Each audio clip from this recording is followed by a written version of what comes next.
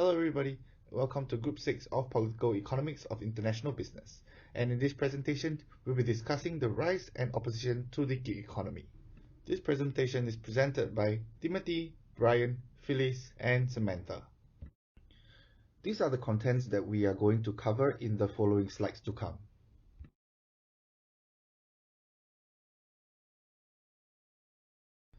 A gig economy is a free market system where temporary positions are commonly found and organizations hire independent workers for short-term contracts.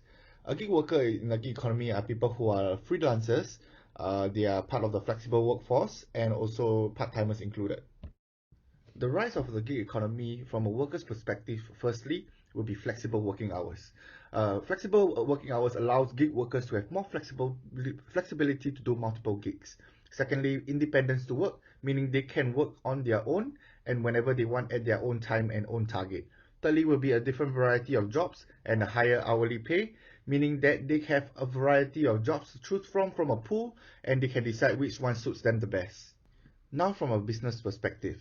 Firstly, businesses will have less paperwork to do and less overhead to cover because gig workers are hired on a temporary basis. Secondly, businesses will have a diverse pool of workers to choose from. At times, different jobs require different skill sets. Hence, businesses have a pool of workers to choose from for the right job.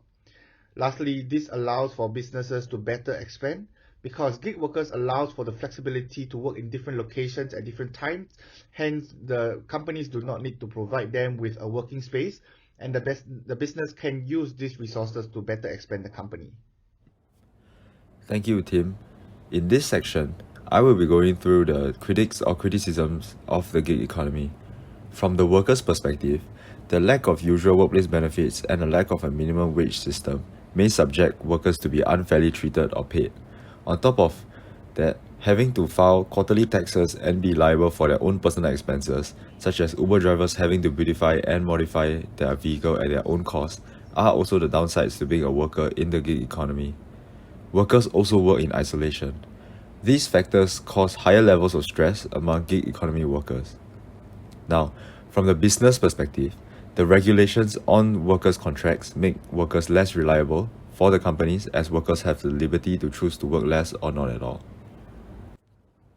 In this presentation, we will be zooming in on a popular and established MNC, Uber. So, who and what is Uber? Uber started out as a brainchild of founders Travis Kalanick and Garrett Camp. Aiming to provide on-demand rides for people in tough weather such as snowy nights, they started Uber. Uber acts as a platform existing on smartphones, connecting drivers and riders. So, how does Uber manage itself as a company? Uber got its initial startup funding from Silicon Valley venture capitalists. From the beginning of its service until today, Uber charges its partners 25% of all fares for the use of its platform. For marketing, Uber spends about $1 billion USD per quarter, increasing with time. In the first quarter of 2019, Uber spent $1.04 billion USD on sales and marketing efforts alone. Uber does not provide the ride. It merely connects the driver and the customer and serves as a platform. The transaction cost is the sum of total cost of seeking and sourcing information, cost of bargaining, and cost of enforcement. These technology-enabled services have empowered the customer who can write an unfavorable review if the service was unsatisfactory. Platforms such as Uber are proving to be efficient because they enable the reduction in information asymmetry between the different actors in the supply chain. Thank you, Brian. To understand the durability of the gig economy, we have to first look at the timeline of the economy itself. The gig economy actually started in the early 1950s, where jazz musicians uses the term gig to refer to their performances. As the term stuck, a job market came with it. Thus, after the Great Depression in the 1940s, it causes the rise of temp agencies such as Russ Kelly and Manpower Incorporations. By the 1990s, the digital era surfaces and the gig economy created its market within it, where Craigslist and Upwork was created. The early 2000s were the years of app, whereby in 2008, Airbnb was created, being the first app in the sharing economy, while in 2010, Uber was invented. By 2020, more than 1 in 3 workers engage in some form of gig work. With the gig economy at its peak and no plans of slowing down despite some oppositions, by 2027, 60% of the workforce will be independent professionals, and gig work will continue to add to global GDP, increase the worldwide employment, and also impact the global labor force, thus showing the durability of the gig economy. So, why does Uber need to understand the durability of gig economy?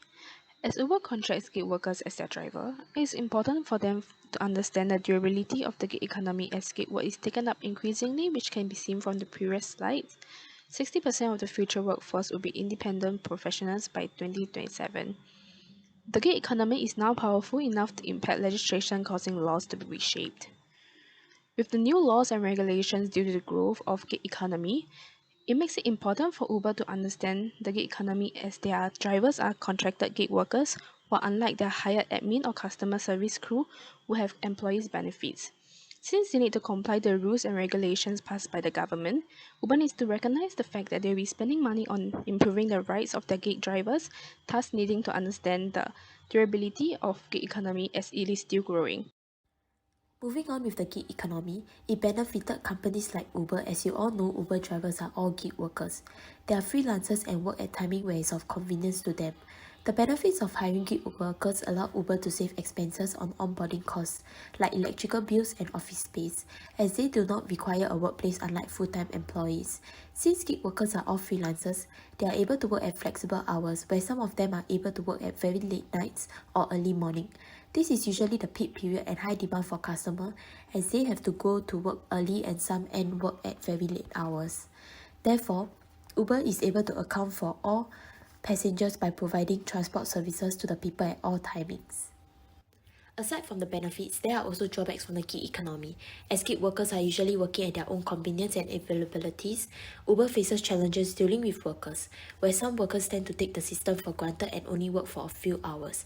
If majority of the drivers are like that, Uber will face difficulties in having drivers out at the road, as there are not enough drivers out there to provide transport services to all the passengers looking for a ride. Apart from low performance of workers, Uber also faced legal pressures complying with laws. As Uber manages tons of gig workers, they have to account for all its workers. Additionally, the compliance of regulation towards providing basic medical and other benefits to its driver is still questionable, whether gig workers are classified as employees.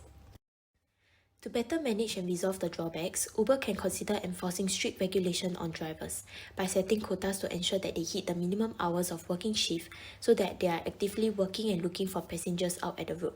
Present today, most gig workers like Uber drivers are not getting any employees' benefits, as they are not seen as contractors or employees of the company. By treating all their drivers as employees, Uber can ensure legal protection, such as making sure that their drivers have access to unemployment benefits and workers' compensation benefits, thus reducing the legal pressures. To sum up everything that has been stated so far, we have discussed about the rise, the opposition, and durability of the gig economy. We have also discussed about our chosen company, Uber, on how the company is related to the gig economy and how the business is affected both positively and negatively. Lastly, we have also suggested solutions for Uber to adapt to sustain better in the industry. Thank you for listening to our presentation.